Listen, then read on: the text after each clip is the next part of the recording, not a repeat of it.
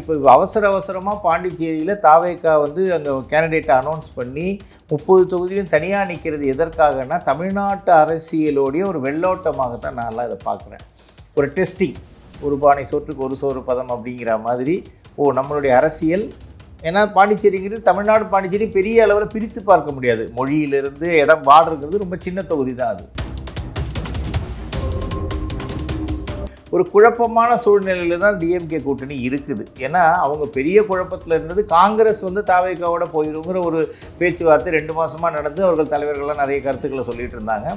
இப்போ அதை செட்டில் பண்ணோன்னா அதுலேருந்து கிணறு விட்ட பூதம் கிளம்பின மாதிரி மற்ற கட்சிகள்லாம் அவங்களுக்கு அதிகமாக கொடுத்துருக்கீங்களேன்னு பேச ஆரம்பித்து இப்போ அது வந்து முதல்வருக்கு ஒரு பெரிய தலைவேதனையாகத்தான் இருக்கிறது. பட் இந்த முறை மீண்டும் அவர்கள் ஆட்சி அமைப்பதற்கு வாய்ப்பே கிடையாது. பணத்தை வைத்து வாக்காளர்களை விலைக்கு வாங்கிடலாம்னு நினச்சிட்டு இருக்கிறாங்க. பட் அது தமிழக மக்களுக்கு நடக்காது. ஏன்னா அவர்கள் அமைச்சர்கள் வந்து தினம் மக்களை வந்து ஒரு மாதிரி தரம் தாழ்த்தி பேசுவது வந்து மக்களிடையே பெரிய கொந்தளிப்பை கொடுத்துருக்கிறது. மேலும் பார்த்திங்கன்னா இவங்க மறந்துட்டாங்க இவங்க என்னென்ன பண்ணாங்கங்கிறத. பட் தமிழக மக்களும் உணர்வுள்ள மக்களும் வந்து அதை ஞாபகம் வச்சுட்டு இருக்காங்க. இந்த தேர்தலில் அவர்கள் வெற்றி பெறுவது மிக கடினம். அதனால தான் இவ்வளவு கூட்டணியை சேர்த்துக்கிட்டு இருக்கிறாங்க.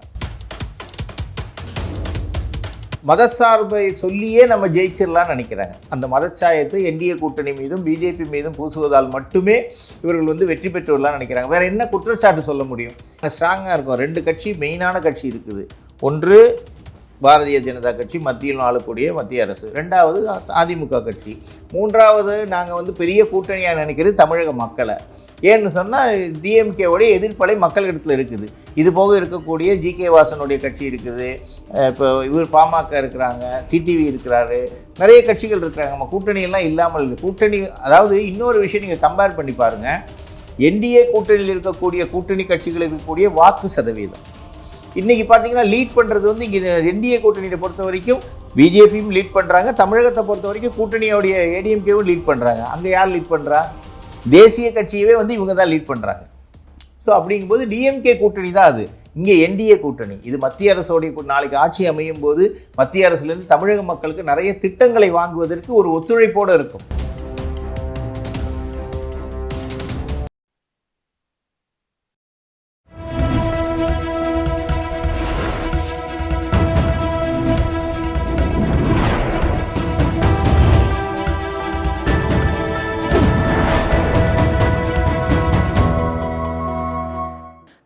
நேயர்களுக்கு வணக்கம். இன்னைக்கு நம்மளுடைய நேர்காணல் இருக்காரு தேசிய ஜனநாயக மக்கள் கட்சி தலைவர் பாபு பரமேஸ்வரன். வணக்கம் சார். வணக்கம் சார். இப்போ புதுச்சேரியில சட்டமன்ற தொகுதியில தாவேக்காக்கு 30 வாக்காளர் பட்டியல் வந்து ஒதுக்கியிருக்காங்க. இதை பத்தி என்ன நினைக்கிறீங்க? சேனல் 5 நேயர்களுக்கு முதல்கண் வணக்கம். தாவேக்கா தமிழ்நாட்டிலையும் பாண்டிச்சேரியிலையும் தனியாக தான் நிற்கிறாங்க. இப்போ பாண்டிச்சேரியோடைய தேர்தல் வந்து நமக்கு முன்னாடியே வருது. ஏப்ரல் 9 தேர்தல் ஆணையம் அதை இருக்காங்க. இப்போ அவருடைய தொகுதி இதுக்காக அவர் வந்து அவருடைய வேட்பாளர்களை வந்து அறிமுகப்படுத்தியிருக்காரு. ஆனால் பாண்டிச்சேரியில் எந்த அளவுக்கு விஜய்க்கு ஸ்ட்ரென்த் இருக்குதுன்னு சொல்லி தெரியல. பாண்டிச்சேரிக்கும் அவருக்கும் இருக்கிறது ஒரே ஒரு தொடர்பு என்னன்னா, அவருடைய பொதுச் செயலாளர் புசி ஆனந்த் பாண்டிச்சேரியோடைய சேர்ந்தவர். அந்த பகுதியில் இருந்த முன்னாள் எம்எல்ஏ. இப்போ பாண்டிச்சேரி தொகுதினா 30 தொகுதிமா மொத்தம். நம்ம தமிழ்நாட்டு தொகுதி மாதிரி பெரிய தொகுதிகள் கிடையாது. 2 தெருவை சேர்த்திங்கன்னா ஒரு எம்எல்ஏ கேண்டிடேட். இதுதான் அந்த பாப்புலேஷனுடைய இது. அப்போ விஜய் அவர்கள் இதை ட்ரையலாக பார்க்குறார். தமிழ்நாட்டு இதை விட இதை வந்து ட்ரையலாக பார்க்குறாருன்னு நினைக்கிறேன் நான். ஏன்னு சொன்னால் 234 தொகுதியிலையும் இங்கே நிப்பாட்டி 23ஆம் தேதி தேர்தல், 4ஆம் தேதி மே 4ஆம் தேதி ரிசல்ட் வரப்போகுது. இப்போ அதற்கு முன்பாக இப்போ அவசரமாக பாண்டிச்சேரியில் தாவேக்கா வந்து அங்கே கேண்டிடேட்டை அனௌன்ஸ் பண்ணி 30 தொகுதியும் தனியாக நிற்கிறது எதற்காகனா தமிழ்நாட்டு அரசியலோடைய ஒரு வெள்ளோட்டமாகத்தான் நான்லாம் இதை பார்க்குறேன். ஒரு டெஸ்டிங், ஒரு பானை சோற்றுக்கு ஒரு சோறு பதம் அப்படிங்கிற மாதிரி நம்மளுடைய அரசியல். ஏன்னா பாண்டிச்சேரிங்கிறது தமிழ்நாடு பாண்டிச்சேரி பெரிய அளவில் பிரித்து பார்க்க முடியாது. மொழியிலிருந்து இடம் வாடுறது ரொம்ப சின்ன தொகுதி தான் அது. ஆனால் இதில் என்ன அப்படின்னா, பாண்டிச்சேரியோடைய யூனியன் டெரிட்டரிங்கிறது பாண்டிச்சேரி, காரைக்கால், கேரளாவில் மாஹிங்கிற இடம், ஆந்திராவில் வந்து ஏனாம், இந்த மாதிரி 4 பகுதிகளாக பிரிஞ்சிருக்கும். அது ரொம்ப விரைவாக அந்த பகுதியை சுற்றி வந்துடலாம் பிரச்சாரம். ஏன்னா இதுக்கு முன்னாடி இவர் கூட இருக்கக்கூடிய ஆதவ் அர்ஜுனாவுடைய மைத்துனர்னு சொல்லக்கூடிய ஜோஸ் சார்லஸ் மார்ட்டின் அங்கே ஒரு புதிய கட்சி, லட்சிய ஜனநாயக கட்சின்னு ஒரு கட்சி தொடங்கி அவரும் அதில் வந்து இருக்கார். அவர் ஆனால் ஆளுங்கின்ற என்ஆர் காங்கிரஸோடையும் பிஜேபியோடையும் கூட்டணியில் இணைந்து அவருக்கு 2 தொகுதி ஒதுக்கப்பட்டிருக்குது. இப்போ இந்த தேர்தல் என்பது விஜய்க்கு தமிழ்நாட்டில் நிச்சயமாக ஒரு பிரதிபலிப்பாக இருக்கும். அப்போ என்னன்னா, நமக்கு மக்கள்கிட்ட என்ன செல்வாக்கு இருக்குது அப்படிங்கிறத டெஸ்ட் பண்ண போகிறாரு அப்படிங்கிறத என்னுடைய கருத்து மாதிரி. இப்போ திமுக கூட்டணியில நிறைய கட்சிகள் வந்து இணைஞ்சிருக்காங்க, இப்போ இணைய போவதாகவும் சொல்லியிருக்காங்க. இது வெற்றி வாய்ப்பை குறிக்குமா? இதுக்கு மேலே கட்சி ஒன்றும் இல்லையே, இருக்கிற கட்சியெல்லாம் பிடுங்கிட்டுல போயிட்டு இருக்கிறாங்க. இது ஏதாவது மாற்றத்தை ஏற்படுத்துமா அப்படின்னு? என்ன மாற்றமா? 5 வருஷத்தில் பார்த்தது ஏமாற்றம் தான். ஒரே மாற்றங்கிறது ஏமாற்றம் சொல்ல தான் இருக்குது. இப்போ நீங்கள் பார்த்தீங்கன்னா, இப்போ கம்யூனிஸ்டோடைய அந்த இடஒதுக்கீடு இன்னும் முடியல, தொகுதி பங்கீடு முடியல. அவங்க நேற்று பேசினாங்க, இன்னும் முடியல. திருமாவளவனுக்கு ஒரு 8 தொகுதி, பாண்டிச்சேரியும் சேர்த்து 8 தொகுதி கொடுக்குறோம், அங்கே 2 தொகுதி கொடுக்குறோன்னு சொல்லிட்டு இருக்காங்க. அது 7ஆ 8ஆன்னு இன்னும் முடிவாகலை. வேல்முருகன் நேற்றுக்கு நான் வெளியில் போகிறேன்னு சொல்லிட்டு தமிழக வாழ்வுரிமை கட்சியுடைய தலைவர் வெளியில் போகிறேன்னு சொல்லியிருக்காரு. ஒரு குழப்பமான சூழ்நிலையில் தான் டிஎம்கே கூட்டணி இருக்குது. ஏன்னா அவங்க பெரிய குழப்பத்தில் இருந்தது. காங்கிரஸ் வந்து தாவேக்காவோட போயிடுங்கிற ஒரு பேச்சுவார்த்தை 2 மாதமாக நடந்து அவர்கள் தலைவர்கள்லாம் நிறைய கருத்துக்களை சொல்லிட்டு இருந்தாங்க. இப்போ அதை செட்டில் பண்ணோன்னா அதுலேருந்து கிணறு விட்ட பூதம் கிளம்பின மாதிரி மற்ற கட்சிகள்லாம் அவங்களுக்கு அதிகமாக கொடுத்துருக்கீங்களேன்னு பேச ஆரம்பித்து இப்போ அது வந்து முதல்வருக்கு ஒரு பெரிய தலைவேதனையாகத்தான் இருக்கிறது. பட் இருந்தாலும் எப்படியும் அவர் சமாளிச்சிருவார். ஆனாலும் அவர்களுக்கு வந்து வெற்றி வாய்ப்பு என்பது தமிழ்நாட்டில் குறைவாகத்தான் இருக்குது. அதிமுக கூட்டணியில பாஜக எத்தனை இடங்கள்ல போட்டி போட இருக்கிறது? ஒரு எலெக்ஷன் அப்படின்னு சொன்னால் முன்பு இருந்தது மாதிரி இல்லை. கட்சியை பார்த்து ஓட்டு போட்ட வாக்காளர்கள் இன்றைக்கி குறைந்து விட்டார்கள். கட்சி மட்டும் இல்லாமல், சின்னம் மட்டும் இல்லாமல், தொகுதியோடைய நிலவரம், அவங்க போன வருஷம் கொடுத்த வாக்குறுதிகள் அந்த நிறைவேற்றியிருக்காங்களா, மக்கள் பிரச்சனைகள், இன்றைக்கி இருக்கக்கூடிய 4-5 முனை போட்டிகள், இவ்வளவும் அந்த ஃபேக்டர்ஸில் இருக்குது. ஸோ இதெல்லாம் அனலைஸ் பண்ணி எந்த தொகுதியில் வெற்றி வாய்ப்பு வந்து அந்த கூட்டணி கட்சிக்கு, ஒதுக்கப்படும் கூட்டணி கட்சிக்கு அதிகமாக இருப்பதெல்லாம் அனலைஸ் பண்ணி தான் இன்றைக்கி தொகுதி பங்கீடு முடிவாக போகிறது. அவசரப்பட்டு இதில் முடிவு பண்ண முடியாது. ஏன்னா இப்போ ஊடகங்கள் மற்றவர்கள்லாம் எவ்வளோன்னு கேட்குறது வந்து இன்னும் நமக்கு டைம் இருக்குது. 30ஆம் தேதி தான் நாமினேஷன். ஸோ அது வரைக்கும் டைம் இருக்குது. ஏப்ரல் 23ஆம் தேதி தான் உங்களுக்கு வந்து இது பண்ண போகிறாங்க, எலெக்ஷன் டேட்டு. ஸோ அதனால் வந்து இதில் அவசரப்பட்டு நம்ம முடிவெடுத்து வெற்றி வாய்ப்பை எழுந்திடக்கூடாதுங்கிறதுல என்டிஏ கூட்டணியும் அதிமுகவும் தெளிவாக இருக்கிறாங்க. அதற்குரிய விரைவான பதில் இன்று இல்லை நாளை கிடைச்சிருமா? சரி, இப்போ நாம் தமிழர் கட்சி சீமான் அவர்கள் வந்து 50 அறிக்கைகள் வந்து வெளியிட்டிருக்காரு. இது சாத்தியமா?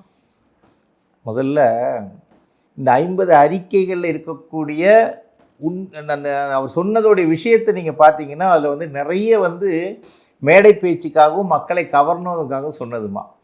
எப்படி விஜய் ஒரு தேர்தல் அறிக்கையை மகளிர் தின இதில் சொன்னாரோ அதே மாதிரி தான் இதுவுமே. ஒரு 5 தலைநகரங்களை உருவாக்குறேன்னாரு. ஸோ அது வந்து முன்னாடியே வந்து புரட்சித் தலைவர் எம்ஜிஆர் அவர்கள் வந்து நம்முடைய தலைமை அலுவலகங்களில் வந்து திருச்சிக்கு மாற்றணும், திருச்சியை வந்து 2வது தலைநகரமாக மாற்றணும்னா பாதி தூரத்தில் தமிழ்நாட்டுடைய எல்லா ஊர்களும் இணைக்கப்படும், அதாவது நிர்வாக வசதிக்காகன்னு சொல்லி அவர் சொன்னார். அதற்கு முன்பாக திரு காமராஜ் ஐயாவும் அதை சொல்லியிருக்கிறாங்க. பட் இவர் சொல்லியிருக்கிறது வந்து சாதகமே, ஏன்னா இது வந்து அது சாத்தியம் கிடையாது. எப்படின்னு சொன்னால், இப்போ நீங்கள் கன்னியாகுமரியில் இருக்கவங்களுக்கு சென்னை என்ன தூரமோ அதே தூரம் தான் சென்னையில் இருக்கவங்க கன்னியாகுமரி.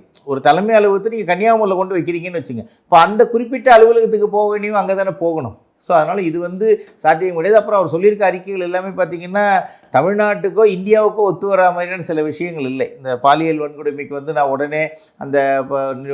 உடனடியாக அந்த குற்றம் செய்தவங்களுக்கு வந்து தண்டனை கொடுப்பேங்கிறாரு. இதெல்லாம் வந்து நம்ம முஸ்லீம் கண்ட்ரிஸில் கேட்டிருக்கோம், அரபு கண்ட்ரியில் கேட்டிருக்கோம். அந்த மாதிரி இந்த தண்டனை சட்டங்களை ஏற்றுறதுக்கு நமக்கு முதல்ல அனுமதி வேணும். அது இவர் ஏற்ற முடியாது. பாராளுமன்றத்தில் அந்த சட்டங்களை கொண்டு வரணும். அதுவும் அண்ணல் அம்பேத்கர் இயற்றிய அந்த அரசியலமைப்பு சட்டத்தையே மாற்றணும். அது தமிழ்நாட்டுக்கு ஒன்றுன்னு சொல்லி பண்ண முடியாது. அப்புறம் ராவணனுக்கு கோயில் அமைப்பேன்னு சொன்னார். ராவணங்கிற வந்து இலங்கையில் இருந்தவர். அப்போ இவருடைய தலைவர்னு சொல்லக்கூடிய பிரபாகரன் அவர்கள் இலங்கையைச் சேர்ந்தவர். அதனால் ராவணனுக்கு கோயில் அமைப்பேன்னு சொல்லி மக்களை கவர்வதற்காக ஒரு மேடை பேச்சாக தான் பார்க்குறோம். அதில் ஒன்றும் உள்ளர்த்தம் கிடையாது, அது பிரயோஜனமும் கிடையாது. டிஎம்கே ஆட்சியில் வந்து இழுபறிகள் தொடர்ந்து நடந்துட்டு இருக்கு. இப்போ மறுபடியும் அவங்க ஆட்சிக்கு வந்தால் அது மக்கள் விரும்புவாங்கன்னு நீங்கள் நினைக்கிறீங்களா? இல்லை, விரும்பவே மாட்டாங்க. விரும்புகிறதா இருந்தால் ஏன் அவங்க இவ்வளோ பேரை கூட்டணி சேர்க்கணும்? பயப்படாமல் இப்போது ஒரு நல்ல திட்டங்களை நீங்கள் நிறைவேற்றிருந்தீங்கன்னா மக்கள் உங்களுக்கு வாக்களிக்க போகிறாங்க. இப்போ கடந்த 2 முறையாக பார்த்தீங்கன்னா, டிஎம்கே வர்றதுக்கு முன்னாடி 21க்கு முன்னாடி 2 முறை ஏடிஎம்கேவை தேர்ந்தெடுத்தாங்க. அந்த நல்ல வாய்ப்புகளை கொடுத்தாங்க. நடுவில் அம்மாவுடைய மறைவு வந்தது. அதன் பிறகு எடப்பாடி அவர்கள் வந்தார்கள். அந்த ஆட்சி வந்து தொடர்ந்துக்கிட்டு இருந்துச்சு. சிறிய ஒரு வித்தியாசத்தில் இந்த அதிமுகவுடைய சில பிரிவுகள்னால ஏற்பட்ட ஒரு பாதிப்புனால தான் 3ஆம் முறையான அந்த ஆட்சி அமைக்கும் வாய்ப்பு தவறி போனது. அப்படி இல்லைன்னா டிஎம்கேக்கு இன்னும் கிடச்சிருக்காது. ஏன்னா முன்னாடி புரட்சித் தலைவர் எம்ஜிஆர் அவர்கள் இருக்கும்போது 13 வருடங்கள் கலைஞராலேயே ஆட்சியை பிடிக்க முடியல. இது வரலாறு. இப்போ அதே நிலைமை தான் இவர்களுக்கும். இந்த முறை மீண்டும் அவர்கள் ஆட்சி அமைப்பதற்கு வாய்ப்பே கிடையாது. பணத்தை வைத்து வாக்காளர்களை விலைக்கு வாங்கிடலாம்னு நினச்சிட்டு இருக்கிறாங்க. பட் அது தமிழக மக்களத்தில் நடக்காது. ஏன்னா எந்த திட்டங்களும் இங்கே நடக்கலை. அவர்கள் சொன்ன வாக்குறுதிகள் பொய்யாயிருச்சு. அவர்கள் அமைச்சர்கள் வந்து தினம் தினம் மக்களை வந்து ஒரு மாதிரி தரம் தாழ்த்தி பேசுவது வந்து மக்களிடையே பெரிய கொந்தளிப்பை கொடுத்துருக்கிறது. மேலும் பார்த்திங்கன்னா இவங்க மறந்துட்டாங்க இவங்க என்னென்ன பண்ணாங்கங்கிறத. பட் தமிழக மக்களும் உணர்வுள்ள மக்களும் வந்து அதை ஞாபகம் வச்சுட்டு இருக்காங்க. இந்த தேர்தலில் அவர்கள் வெற்றி பெறுவது மிக கடினம். அதனால தான் இவ்வளவு கூட்டணியை சேர்த்துக்கிட்டு இருக்கிறாங்க. இவங்க ஸ்ட்ராங்காக இருக்குது, டிஎம்கே ஸ்ட்ராங்காக இருக்குதுன்னா யாரை பற்றியும் கவலைப்பட வேண்டியது கிடையாது. மேலும் அவர்கள் வந்து இன்னொரு பயமும் அவர்களுடைய அந்த கூட்டணிக்குள்ளே எனக்கு தெரியுது. என்னன்னு சொன்னால் எல்லாரையும் உதயசூரியனில் நிற்கணுங்கிறாங்க. இப்போ நீங்கள் உங்கள் சின்னம் இப்போ வைகோவை கேட்டிங்கன்னா அவருக்கு ஒரு சின்னம் இருக்குது. அவரும் டிஎம்கேவை எதிர்த்து வெளியில் வந்து கட்சி ஆரம்பித்தவர். பட் இன்றைக்கி என்ன சொல்கிறாங்க, 4 தொகுதி தர்றோம், 3 தொகுதி உதயசூரியன் இருக்குன்னா அப்போ இவருடைய உதயசூரியனையும் டிஎம்கேவையும் பாதுகாத்து கொள்வதற்காகவும் அந்த சின்னத்தில் போட்டிட்டால் தான் இவங்களுக்கு வலுவாக இருக்கும்னு நினைக்கிறாங்க. அதான் உதயசூரியன் மூலம் தான் இவங்க வெற்றி பெற்றாங்கன்னு நாளைக்கு சொல்ல முடியும். இல்லைன்னா அந்தந்த தொகுதி நாளைக்கு ஒரு எம்எல்ஏ ஜெயிச்சுட்டு இவங்களுக்கும் அவங்களுக்கும் ஒத்து வரலன்னு வச்சுங்க. இப்போ வேல்முருகன் போன மாதிரி நாங்கள் போகிறோன்னு சொன்னால் இவங்களுக்கு பெரும்பான்மை போயிடும். அந்த பயத்துக்காக தான் இவர்கள் செய்கிறார்கள். அவங்க நிச்சயமாக ஒரு பெரிய ஐயப்பாட்டில் இருக்கிறாங்க. இந்த வெற்றி வாய்ப்பு என்பது மிக எளிதே கிடையாது. இப்போது நீங்கள் சொன்ன மாதிரி ஸ்ட்ராங்காக இருக்காங்கன்னு சொன்னீங்கல்ல சார், டிஎம்கே ஆட்சியில் வந்து இழுபறிகள் தொடர்ந்து நடந்துட்டுருக்கு, அது மக்களுக்கும் தெரியுது. இருந்தாலுமே நாங்கள் தான் வந்து ஸ்ட்ராங்காக இருக்கோம் அப்படின்னு சொல்லிட்டு அவங்களுக்கு இருக்கக்கூடிய கூட்டணிகளும் சொல்லுது, அவங்களும் சொல்கிறாங்க. நாங்கள் வீக்காக இருக்கோம்னு அவங்களே சொல்லுவாங்களா? தன்னுடைய பலவீனத்தை யாரும் வெளியில் காட்ட மாட்டாங்க. ஒரு சிறிய கட்சியாக இருந்தாலும் நாங்கள் வெற்றி பெறுவோம்னு தான் சொல்லுவாங்க.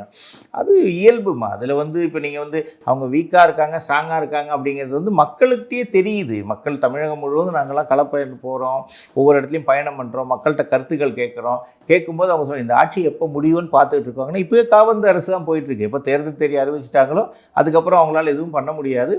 மேலும் இவர்கள் என்ன நினைக்கிறாங்கன்னு சொன்னால் ஒரு மதசார்பை சொல்லியே நம்ம ஜெயிச்சிடலான்னு நினைக்கிறாங்க. அந்த மதச்சாயத்தை என்டிஏ கூட்டணி மீதும் பிஜேபி மீதும் பூசுவதால் மட்டுமே இவர்கள் வந்து வெற்றி பெற்று வரலான்னு நினைக்கிறாங்க. வேறு என்ன குற்றச்சாட்டு சொல்ல முடியும்?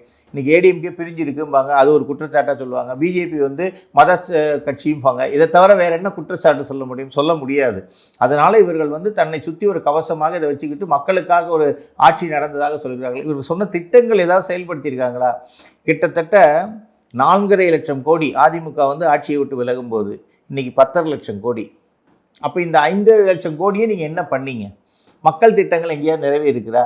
இன்றைக்கும் கூவத்தில் வந்து அந்த தண்ணீர் வெள்ளப்பெருக்கம் வந்தால் ஏற்படுத்தா செய்யுது. செம்பரம்பாக்கம் ஏரியை தந்தால் அப்போ அதுக்கு செலவு பண்ணேன்னு சொன்னீங்க. வருடம் 1 வருடம் செலவு பண்ணுறீங்க, 2 வருடம் செலவு பண்ணுறீங்க, 3வது வருடமும் அதே பிரச்சனை மீண்டும் வந்து தமிழ்நாட்டில் தலைநகரமே வெள்ளத்தில் மிதக்குதே. அப்போ நீங்கள் திட்டங்கள் செயல்படுத்துகிறேன்னு தானே தெரியுது.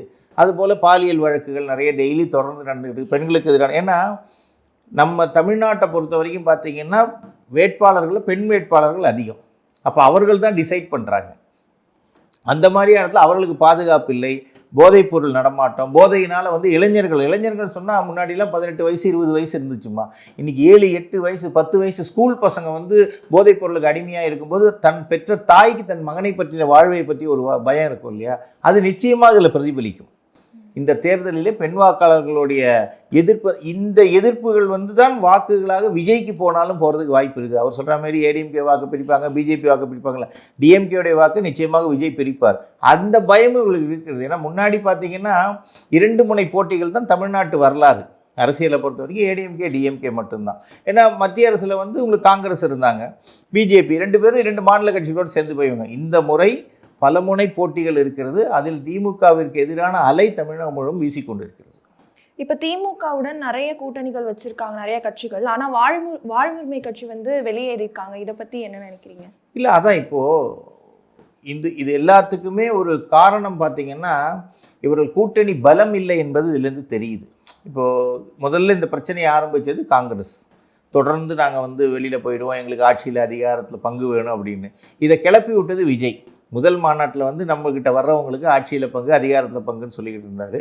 அதை வந்து ஒரு துருப்பு சீட்டாக பயன்படுத்தினார்கள் காங்கிரஸ். இதில் அந்த காங்கிரஸில் இருக்கக்கூடிய தலைவர்களிலேயே 2 பேர் கருத்து வேறுபாடு இருந்துச்சு. அப்புறம் ஒரு வழியாக அது சிதம்பரம் வந்து பேசி முடிச்சு எல்லாம் பண்ணிட்டார். இப்போ இவங்களுக்கு 3 சீட்டு அதிகமாக கொடுத்துருக்கிறார்கள். சென்ற முறையை தவிர காங்கிரஸுக்கு இந்த முறை 28 சீட்டும் ராஜ்யசபாலையும் கொடுத்துருக்கும் போது உள்ளே இருக்கக்கூடிய மற்ற கூட்டணி கட்சிகளுக்கு இடங்களை குறைத்திருக்கிறார். அப்போ என்ன ஆகுது? எங்களுக்கு ஏற்கனவே கொடுத்த இடமும் கொடுக்கல, நாங்கள் அதிகமாக கேட்டோம், ஆனால் எங்களுக்கு இருக்கிறதுலையே நீங்கள் 4, 3ன்னு குறைச்சிருக்கீங்க. குறைத்தது மட்டும் இல்லாமல் எங்கள் சின்னத்தில் தான் நீங்கள் நிற்கணும்னு கம்பல் பண்ணுறீங்க. அப்படிங்கும்போது நிச்சயமாக இதில் வந்து ஒரு கருத்து வேறுபாடு நிச்சயமாக கூட்டணிக்குள்ளே ஏற்படத்தான் செய்யும். அதை வெளிப்படையாக சொன்னவர்கள் வந்து இப்போ இன்னைக்கு கம்யூனிஸ்ட் சொல்லியிருக்கிறாங்க, ஏற்கனவே காங்கிரஸ் சொன்னாங்க, இப்போ வாழ்வுரிமை கட்சி வெளியில் போயிருக்காரு. பட் இன்னும் அவர் முழுமையாக வெளியில் போகாமல் இவர்களை கூப்பிட்டு பேசி கொண்டிருக்கிறார்கள். விசிகா வந்து அதிக இடங்கள் கேட்குது அப்படின்னு வந்து தகவல் வந்திருக்கு சார். இல்லை, அவங்க இப்போ கேட்கலையே, ரொம்ப நாளாக கேட்டுட்டு இருக்காங்கம்மா. இன்னொன்றுமா, விசிகா வந்து திமுகவுடைய ஒரு பலம்னு தான் நாங்கள் நினைக்கிறோம். ஏன்னா ஒரு திமுகவை வந்து விட்டு கொடுக்காமல் எந்த இடத்துலையும் இருக்கக்கூடிய ஒரு கட்சி. அந்த கூட்டணி தர்மத்தை திருமாவளவனும் விசிகாவும் கடைபிடிக்கிறார்கள். அவர்கள் வந்து எதிர்க்கட்சியாக இருந்தாலும் எங்களுடைய கொள்கை வேறுபாட்டில் இருந்தாலும் உண்மை நிலவரங்கள் நம்ம ஒத்துக்கணும். திருமாவளவர்கள் கொள்கை பிடிப்புள்ள திமுகவோடையே சேர்ந்து பிரயாணம் பண்ணுறாரு, இன்றைக்கும் பிரயாணம் பண்ண. பட் அவருடைய தார்மீகமான உரிமைகளையே திமுக பறிக்கிறது. இது தவறான விஷயமே கிடையாது. எனக்கு வந்து செல்வாக்கு எனக்கு இருக்குது, என்னுடைய கட்சியை வச்சு தான் உங்கள் கட்சி ஜெயிக்குது, ஆனாலும் எனக்கு தொகுதிகளை நீங்கள் கொடுக்க மாட்டேங்கிறீங்கன்னு சொன்னால் அப்போ இவர் வந்து தாழ்த்தப்பட்ட மக்களை, பட்டியலின மக்களை உயர்த்துறேன்னு சொல்லக்கூடிய திமுகவுடைய வாக்குறுதி வந்து அங்கேயே பொய்யாயிருச்சு. ஏன்னு சொன்னால் நீங்கள் உங்கள் கூட நம்பி இருக்கக்கூடிய, உங்களுக்கு எல்லா விதத்திலும் துணை நிற்கக்கூடிய கட்சிக்கு நீங்கள் என்ன கொடுக்குறீங்க? அங்கேயே சமத்துவம் இல்லையே.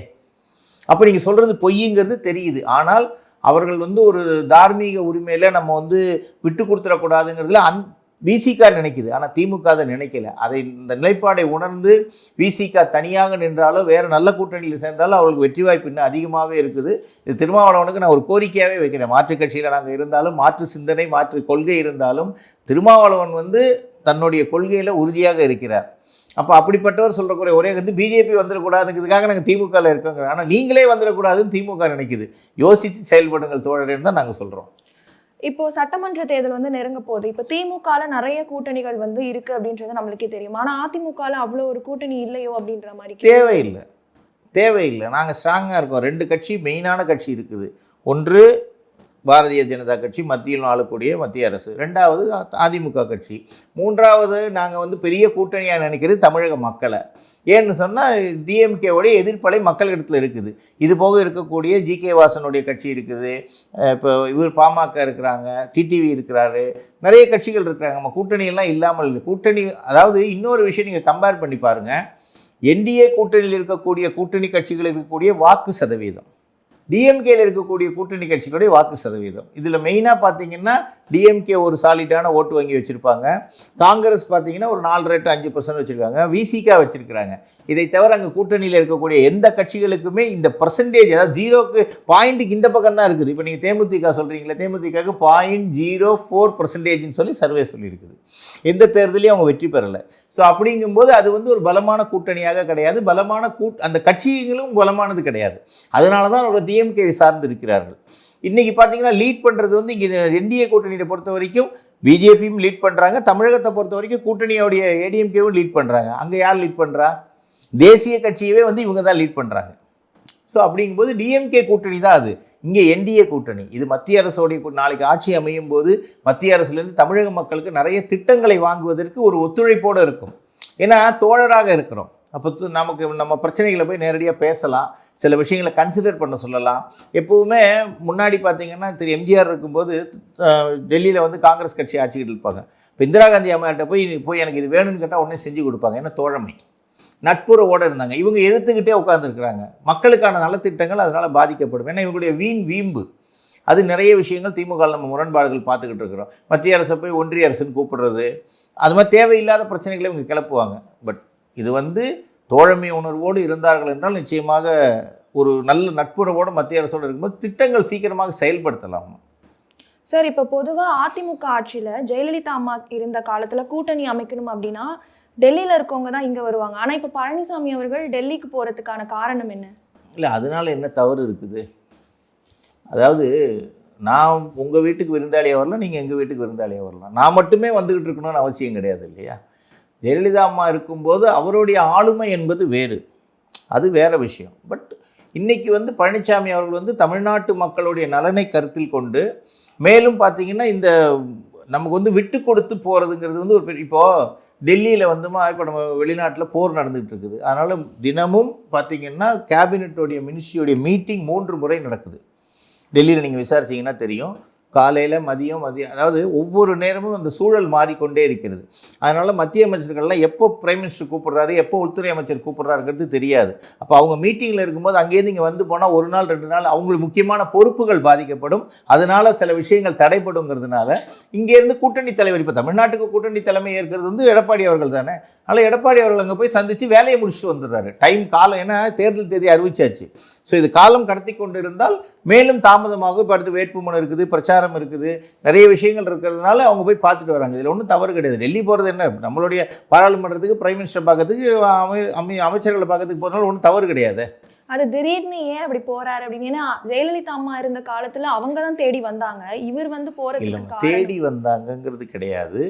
அப்படி பார்த்தா காங்கிரஸ் வந்து இங்கே நிறைய வாட்டி குலாம் நபி ஆசாதெல்லாம் இருக்கும்போது இங்கே வந்து பார்த்துருக்குறாங்க. இது வந்து எல்லா தோழமை கட்சிகளுக்குமே இருக்கிறது தான். இப்போ நடக்கக்கூடிய சூழல் பார்த்தீங்கன்னா அவசர வேலை அங்கே இருந்துக்கிட்டு இருக்குது. அதனால் டெல்லியை விட்டு மத்திய அமைச்சர்கள், இப்போ பியூஷ் கோயல் அன்றைக்கி முந்தானத்து வர வேண்டியது வர முடியலன்னு, சரி நாங்கள் கிளம்பி போகிறோம்.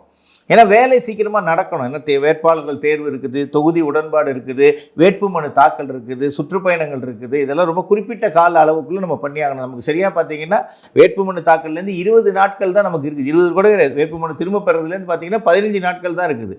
அப்போ அந்த 15 நாட்களுக்குள்ளே தமிழ்நாடு முழுவதும் இருக்கக்கூடிய 234 தொகுதியும் 5.5 கோடி வேட்பாளர்களையும் சந்திக்க வேண்டிய சூழலில் நம்ம இருக்கிறோம். இதெல்லாம் காலம் கருதி அவசர நடவடிக்கையாக மேற்கொள்ளப்படுகிறதா. இதில் வந்து ஒன்றும் பெரிய தவறு கிடையாது, இல்லை உள்ளார்த்தமும் கிடையாது. இது சும்மா எதிர்கட்சி கிளப்பி விடுது, இவர் அங்கே போகிறார் அவர் இங்கே வரான்னு சொல்லுறது அவங்க ஏதாவது சொல்லணுமே இதுக்காக சொல்லிட்டு இருக்கிறாங்க. ஏன் இவர் எத்தனை வாட்டி இந்தி கூட்டணிக்காக போயிருக்காரு?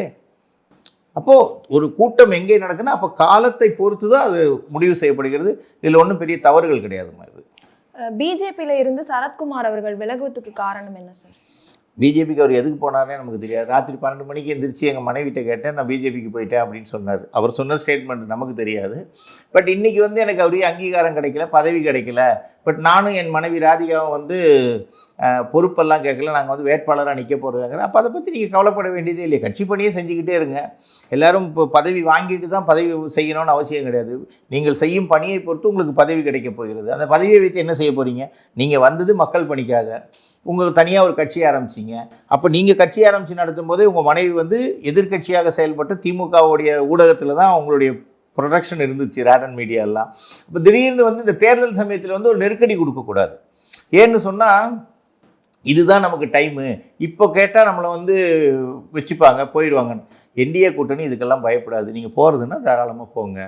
பட் அதை வந்து நீங்கள் என்ன முறையாக நீங்கள் இப்போ அவர் இன்னும் போகலை. நேற்று வரைக்கும் அவருடைய ப்ரெஸ் மீட்டில் இங்கே தான் நடந்துச்சு.